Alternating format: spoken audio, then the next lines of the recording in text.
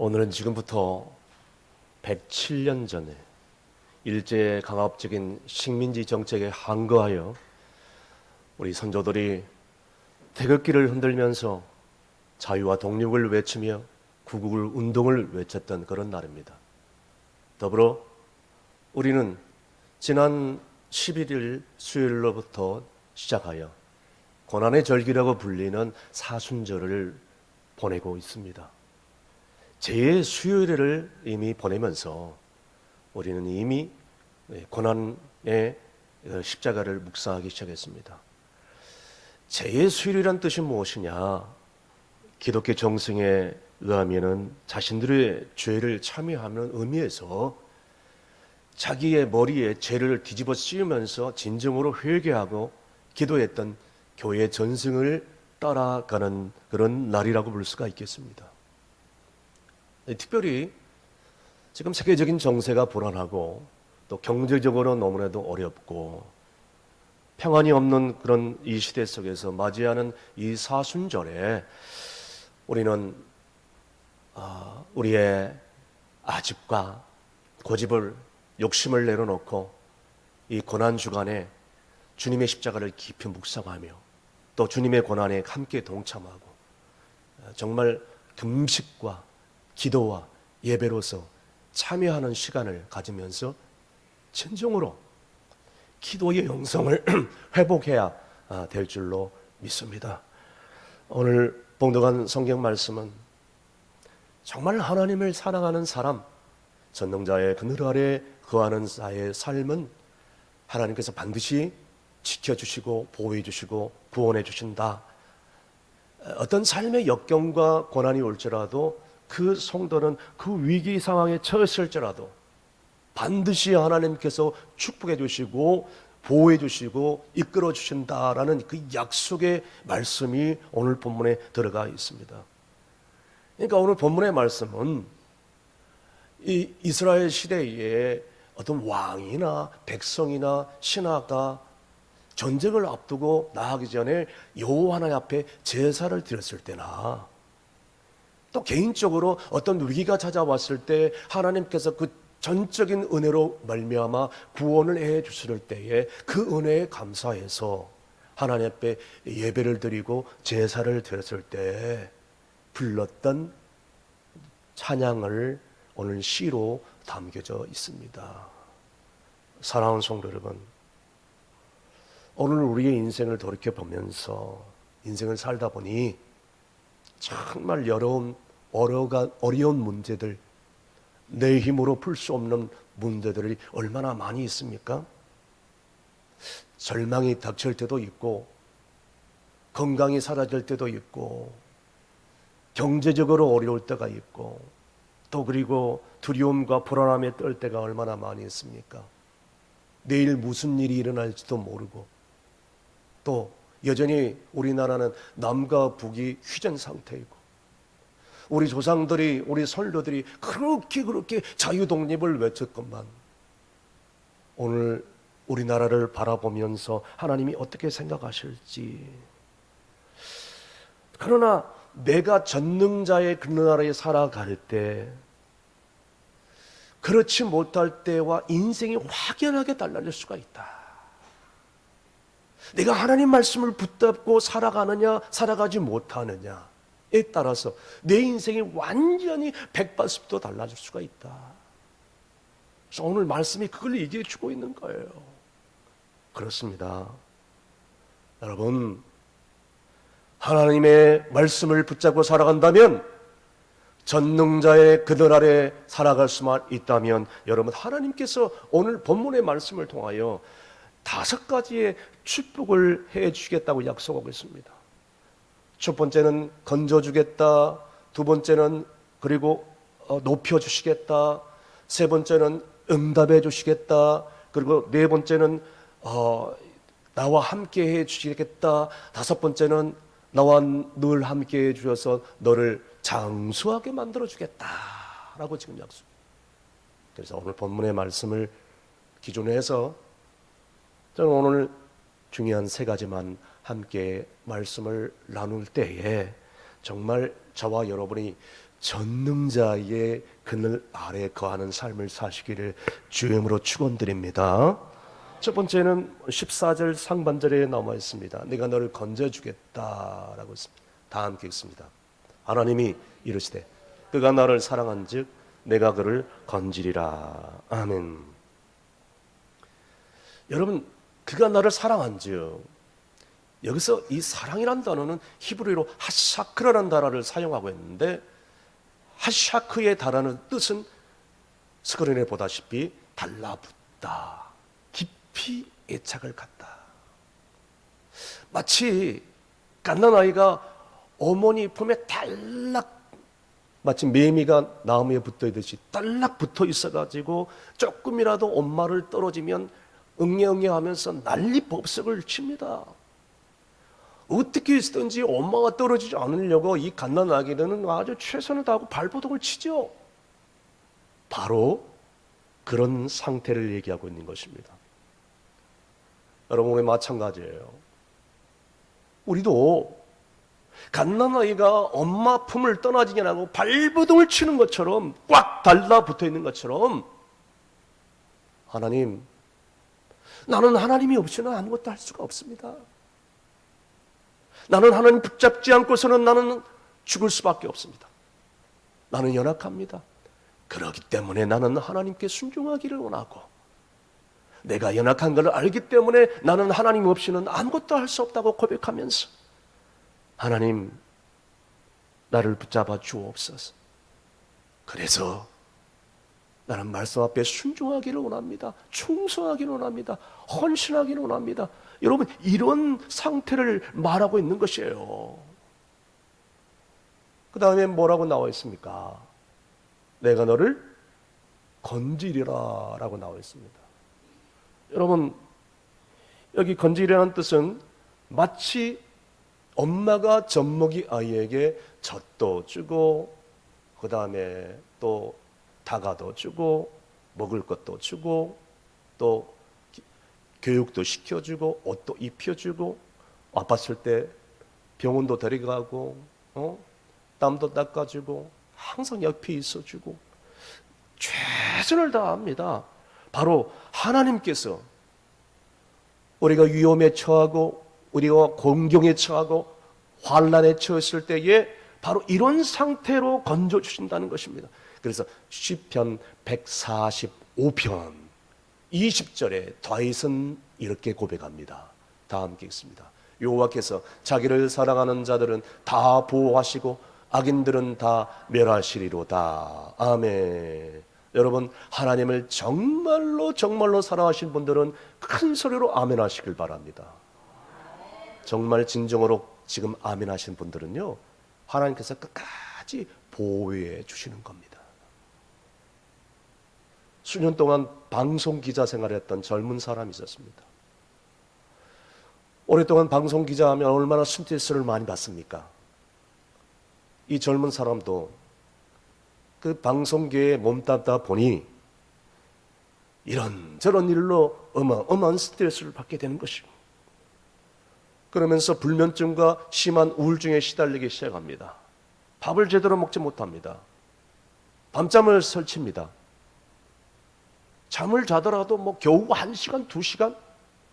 이러기를 100일이 지나버렸어요. 여러분, 100일이 넘도록 잠을 못 잔다? 그러면 여러분, 결국엔 어떻게 됩니까? 정신분열증, 정신착란, 그런 현상도 나타납니다. 우울증은 기본이고, 이 청년이 바로 그랬습니다. 대인공포증까지 드러나겠죠.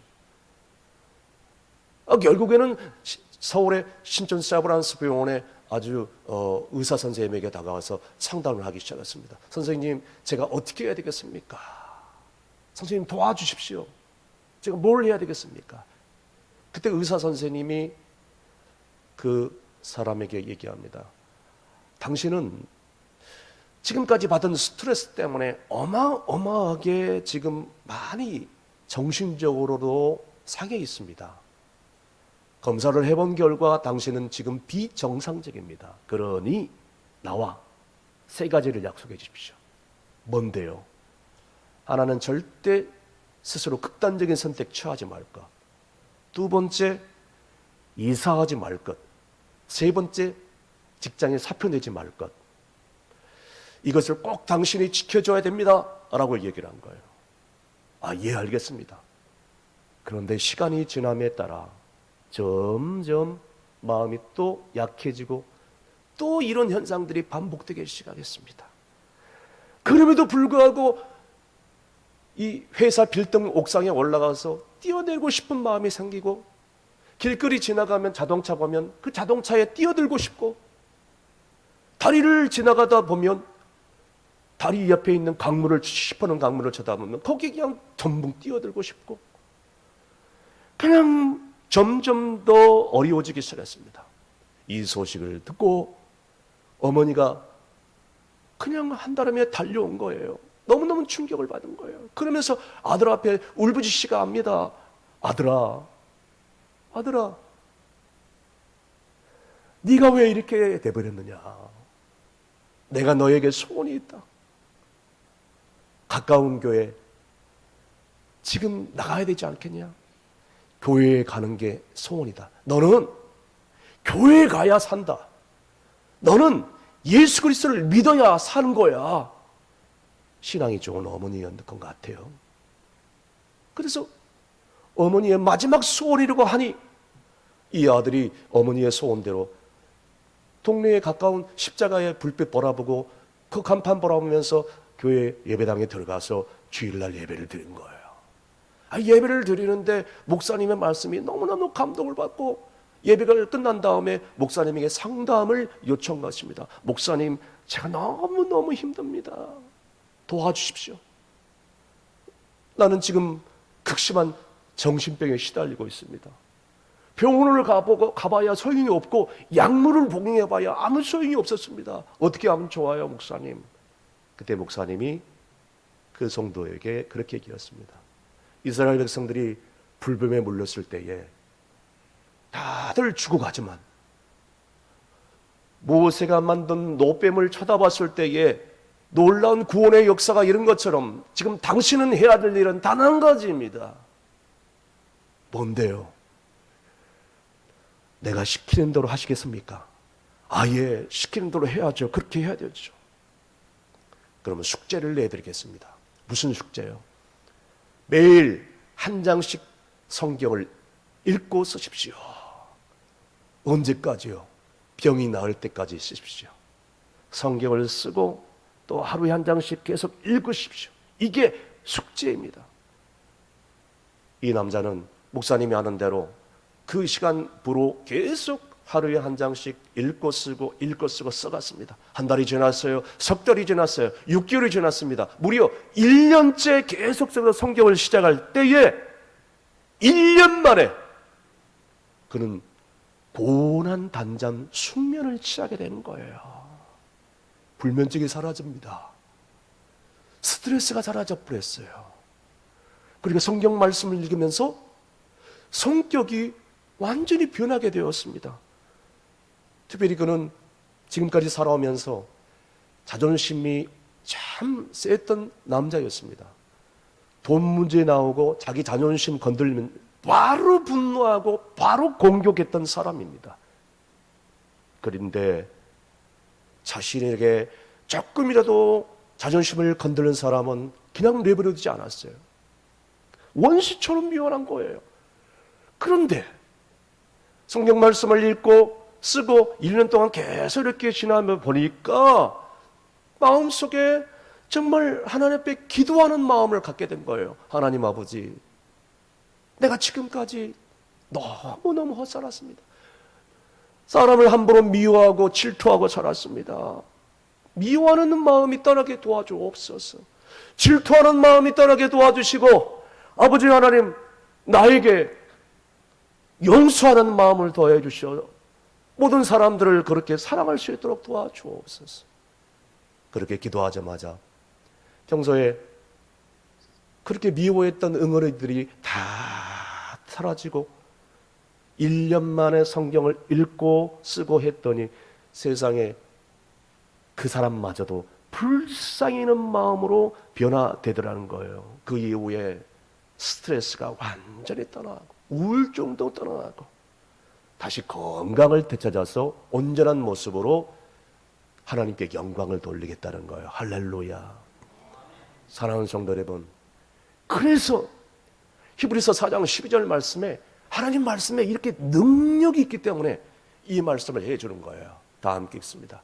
하나님의 말씀은 살아있고 활력이 있어 좌우의 날선 어떤 검보다도 예리하여 혼과 영과 및 관절과 골수를 찔러 쪼기까지 하며 또 마음의 생각과 뜻을 판단하나니. 아멘. 사랑하는 성도 여러분, 하나님 말씀을 읽고 하나님을 사랑하고 하나님의 가까이 하는 성도는 반드시 하나님께서 언젠가는 변화시켜 주실 줄로 믿습니다. 그 사람의 성격과 그 사람의 모든 인품과 라이프 스타일까지도 다 완전히 바꿔버려요. 왜? 하나님 말씀이 그 속에 들어가니까. 하나님 말씀이 그 속에 들어가서 살아 운동력으로 역사하니까 영을 쪼개버려요. 혼을 쪼개버려요. 거의 어리석은 생각까지도 다 사라지게 만들어버려요. 우울증이 뭐예요? 조울증이 뭐예요? 정신병? 말씀으로 다 간단히 치유됨을 믿으시길 바랍니다. 우리가 해결하지 못한 문제 하나님께 기도하잖아요. 하나님이 해결해 주십니다. 내 힘으로 못하는 것 하나님이 할 수 있다는 거예요. 사랑하는 성도 여러분, 예수 그리스도의 사랑을 깨닫고 하나님을 사랑하고 하샤크 하나님을 사랑하고 하나님을 가까이 할 때 원수까지라도 사랑할 수 있는 마음이 내 가운데 있다는 것을 여러분 깨닫고 여러분 이 사순절에 우리의 마음의 변화가 있기를 간절히 바랍니다. 두 번째 14절 하반절에 주님께서 높여주시겠다 약속합니다. 다 함께 읽습니다. 그가 내 이름을 난즉 내가 그를 높이리라. 아멘. 여기서 안다라는 것은 그냥 피상적으로 안다 이게 아닙니다. 히브리서에 야다라는 단어를 사용하고 있는데 야다는 체험적으로 알다, 경험적으로 알다. 지금까지 친구로서 그냥 알았다면 이제는 혼인식을 하고 결혼하고 나서 부부가 되니까 저 사람의 취향, 저 사람이 뭘 좋아하는지 뭘 싫어하는지 모든 것까지 다 알게 돼요.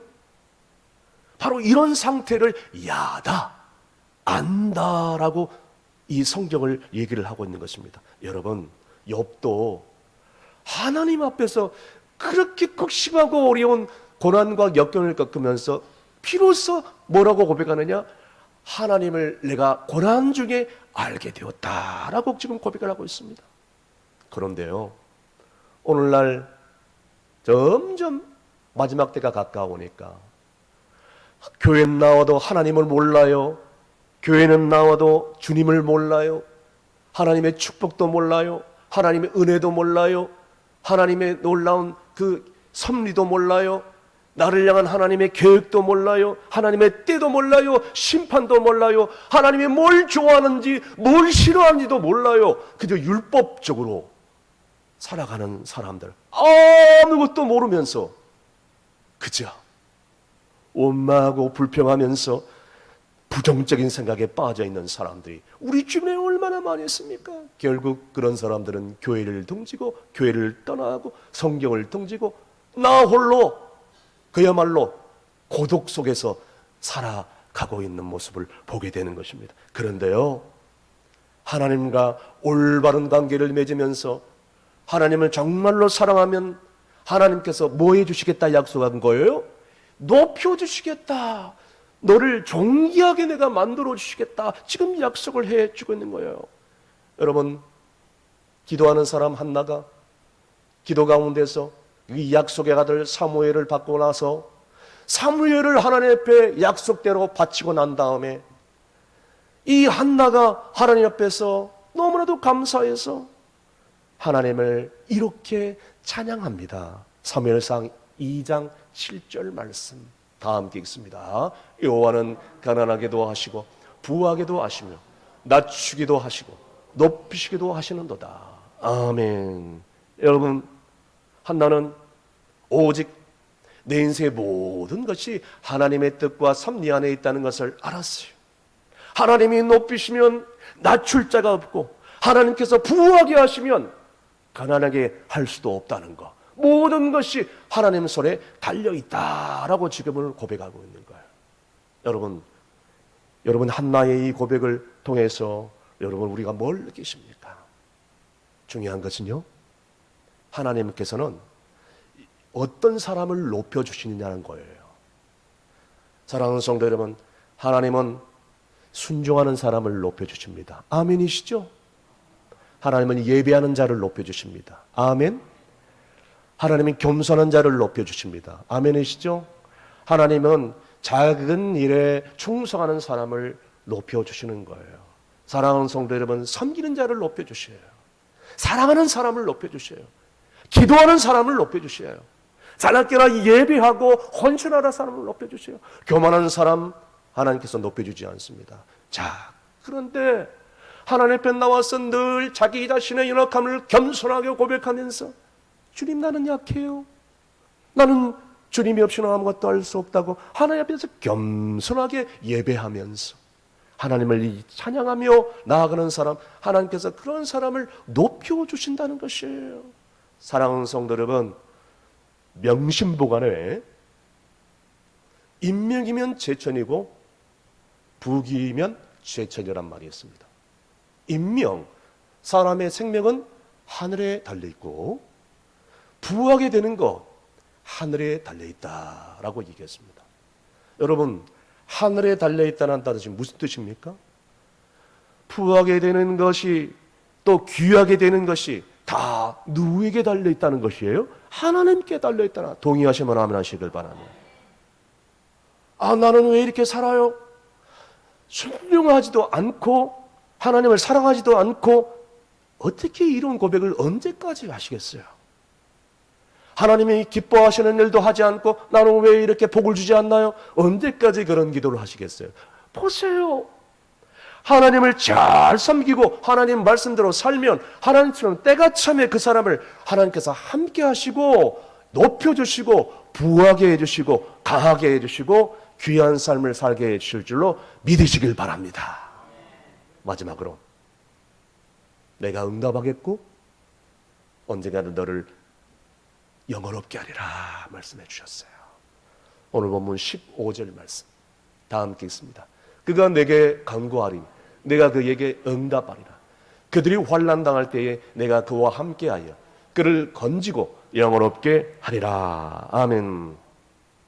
여러분, 하나님께서 나에게 간구하는 자에게 내가 반드시 응답하겠다고 약속을 해줬거든요. 그런데 오늘날 수많은 사람들이 하나님께 간구를 하지 않아요. 기도를 하지 않습니다. 매달리지 않아요. 매달리지 않아도 기도하지 않아도 내가 이렇게 살아가면 된다는 거예요. 자기 자신의 주인이 되어서 살아가는 거죠. 자기 삶의 주인이 나죠. 나. 주님이 아닌 거예요. 그러니까 기도를 하지 않는 거예요. 찬송하지 않아요. 감사하지 않습니다. 하나님 앞에 나오지 않기 때문에 진정으로 하나님을 만나지 못하는 것입니다.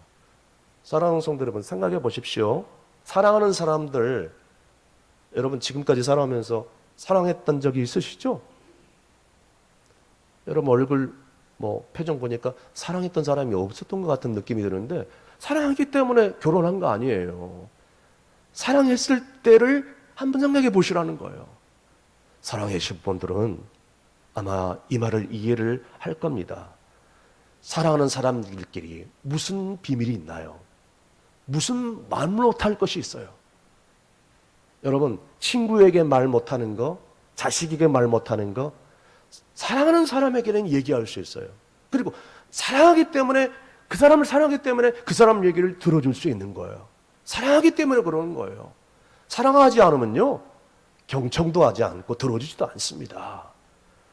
부모에게 말 못하고 내 아내, 내 남편에게, 내 자식에게도 말 못하는 거, 내 중마고의 친구에게도 말 못하는 거, 여러분 사랑하기 때문에 말할 수 있고 사랑하기 때문에 들어줄 수 있고 도와줄 수 있는 거 아니겠습니까? 여러분 마찬가지입니다. 하나님을 간절히 찾고 하나님 앞에 나와 기도하면 하나님께서 반드시 응답해 주시는 것입니다. 사람들은 나의 말을 들어주지 않습니다. 바쁘다는 핑계대고 나를 무시하고 나를 조롱하고 나를 판단할 수가 있어요. 그러나 하나님은 언제든지 내가 기도가 간구하면 들어주시는 것입니다. 하나님께서는 우리를 사랑하기 때문에 우리의 기도, 우리의 얘기, 우리의 간절한 고백, 하나님께서는 다 부르짖더라도 다 관심을 가지고 들어주시는 거예요. 그러면 사랑하는 성도 여러분, 기도할 때 응답이 있습니다. 믿으시면 아멘. 기적이 있습니다. 아멘. 역사가 일어납니다. 아멘. 하늘문이 일어납니다. 아멘. 놀라운 치유 역사가 일어나는 거예요. 서울 강남 지역에 식당을 경영하는 집사님이 계셨어요.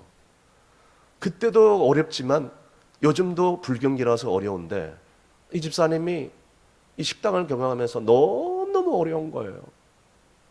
뭐 이것저것 하는 일도 어려워요. 뭐 이 일도 안 되고 저 일도 안 되고 식당도 팔이 날리고 결국에는 이 식당을 팔 수밖에 없었어요. 내놨습니다. 부동산에. 근데 팔리지도 않는 거예요. 식당을 처분하려고 해야 되는데 이게 팔려야죠. 팔리지가 않는 거. 앞길이 막막하고 걱정이 되는 거예요. 이거 어떻게 하나? 식당은 안 팔리고 우리 뭐 먹고 살아야 되나? 자, 그런데 갑자기 정신이 번쩍 드는 거예요. 망치로 머리를 얻어맞는 것처럼 충격을 받은 거예요. 내가 왜 하나님 앞에 나와서 기도하지 못했지? 내가 지금까지 뭐 한 거야? 내가 소위 교회를 다닌다고 했는데 신자라고 했는데 내가 지금까지 뭐 한 거야? 그는 지금까지 식당을 운영한다고 치고 핑계대면서 자주 예배도 빠지고 기도도 쉬었고 금식기도 철야기도도 전혀 하지 않고 쉬었던 것입니다. 그런데 그 순간 하나님, 이제부터는 하나님께 기도하겠습니다. 기도할 테니 하나님 금식기도의 능력을 주시고 철야기도의 능력을 주시고 응답의 능력을 더해 주시고 하나님 죄송하지만 이 가게도 빨리 팔리게 도와주시옵소서 기도한 거예요. 계속해서 기도하는 가운데 어느 날 그 식당에 점잖은 신사 한 분이 양복을 쫙 빼입고 식당으로 들어오는 거예요. 식사를 주문하고 맛있게 식사를 한 다음에 식당 주인을 불러드려요. 아, 주인이십니까? 예. 제가 너무나도 맛있게 식사를 했습니다. 우리 회사 직원이 약 한 50명 되는데 정말 이 식사가 맛있어서 이 식당에 저희 직원들의 식당을 위탁할 때니까 매일 50명의 식사분을 준비해 주시길 바랍니다 하고 성금으로 1,000만 원을 내놓고 이제 돌아가고 온 것입니다. 그 후로 매일매일 직원들 50명이 자기 식당을 찾아와서 맛있게 식사를 하고 가는 거예요. 식당에 앉을 자리가 없는 거예요. 그 직원들이 나와가지고 동네방네 그냥 식당 홍보를 해주고 맛집이라고 막 홍보를 해주는 거예요. 대박이 난 거예요. 아, 하나님 앞에 식당 팔리라 달라고, 빨리 이 가게 처분하게 달라고, 나는 못 먹고 살아야 되냐고 이렇게 기도했던 이 집사님, 이제는 기도가 바뀌었어요. 하나님, 식당 처분하게 안 하게 해 주셔서 감사합니다. 내 기도대로 응답되지 않는 것 감사합니다. 이제 이 식당을 하나님께서 더 채워주시고 이 식당을 통해서 하나님께 영광 돌리기를 원합니다. 하나님 축복하여 주시옵소서라고 기도를 하게 된 거예요. 할렐루야. 저는 이 집사님의 간증을 통해서 딱 한 구절이 생각났습니다. 성경 말씀에 로마서 8장 28절 말씀이 생각나더라고요. 다 함께 읽습니다. 우리가 알거니와 하나님을 사랑하는 자, 곧 그의 뜻대로 부르심을 입은 자들에게는 모든 것이 합력하여 선을 이루느니라. 아멘. 사랑하는 성도 여러분, 오늘 말씀의 결론을 내립니다. 여전히 세계 정세가 불안하고 우리는 남과 북이 대치 상태에 있고 지금으로부터 104년 전 조상의 선열들이 그렇게 목숨을 걸고 외쳤던 이 나라와 민족을 돌이켜보면서 한국교회를 보면서, 아니 청산교회를 보면서 우리 주님이 어떻게 생각하실까? 수많은 사람들이 경제적으로 어렵다, 교회는 어렵다, 다음 세대가 돌아오지 않는다, 불안하다, 초조하다 하면서도 기도를 하지 않고 쉬는 사람들 얼마나 많이 있습니까? 여러분, 소 잃고 외양간 고치는 격언이 있듯이 발등에 불이 떨어져야 그때서야 비로소 하나님 앞에 나와서 두 손 두 발 다 들고 살려달라고, 우리 가정 살려달라고, 우리 한국교회 우리 충성교회 살려달라고. 기능교회야 그렇게 기도하시겠습니까? 오늘 말씀을 들으시면서도 오늘 하나님의 말씀을 제대로 듣지도 못하고 오늘 하나님의 음성으로 듣지 못한 채 오늘 언제까지 그렇게 살아가겠습니까? 그런 사람들이 우리 주변에 얼마나 많이 있습니까? 여러분, 하나님을 사랑하는 사람은 하나님 앞에 자나깨나 기도하는 사람이에요. 왜? 하나님께서는 그렇게 기도하는 사람에게 반드시 응답해 주시겠다 오늘 이 약속을 해 주셨어요. 할렐루야. 여러분, 진정으로 하나님을 사랑한다면 이 사순절에 그리고 이 3.1절 기념주의를 기점으로 내가 뭐를 해야 될지 하나님 앞에 기도해 보세요. 이 예배를 통하여 오늘 주님이 주시는 세미한 음성이 뭔지를 기도해 보십시오. 정말 이 나라와 민족을 위하여 교회를 위한 길이 무엇인지, 이 과정을 위한 길이 무엇인지를 기도해 보란 말이에요. 그리고 작은 문제도 기도하고 큰 문제도 기도하고, 사랑하는 사람이 마치 오손도손 대화를 나누고 들어주고 기도하고 도와주는 것처럼 내가 감당할 수 없는 문제도, 아니 내가 감당할 수 있는 문제까지도 우리 하나님 앞에 다 고해하면서 기도해야 된다는 것이요. 부디 여러분, 하나님의 약속의 말씀을 부여잡고 전능자의 그늘 아래 거하는 삶을 살아가면서 하나님 앞에 늘 깨어 기도할 때 하나님을 향한 사랑과 열정이 우리의 삶 가운데 역사와 기적과 응답의 놀라운 일들이 우리 인생 가운데 펼쳐질 수 있기를 주의 이름으로 축원드립니다. 기도하시겠습니다. 자비로우신 아버지 하나님, 우리가 지존자의 은밀한 곳에 거하지 못하고 세상을 의지하며 두려움 속에 살아왔음을 이 시간에 회개합니다. 주님보다도 사람과 환경을 바라보고 말씀보다 현실을 붙들었던 우리의 믿음 없음을 용서하여 주옵소서. 이제 3.1절 기념주일 또한 사순절을 보내면서 주님께 돌아가 주님의 날개 아래 거하는 삶을 살기를 원하고, 어떤 환난 속에서도 내가 너를 건지겠다 약속하신 주의 말씀을 붙들고 주님만 신뢰하는 믿음을 더하여 주시옵소서. 총성교회가 나라와 민족을 위하여 그리고 한국교회와 교회를 위하여 간절히 기도하는 교회가 되게 해 주옵소서. 예수님의 이름으로 기도합나이다. 아멘.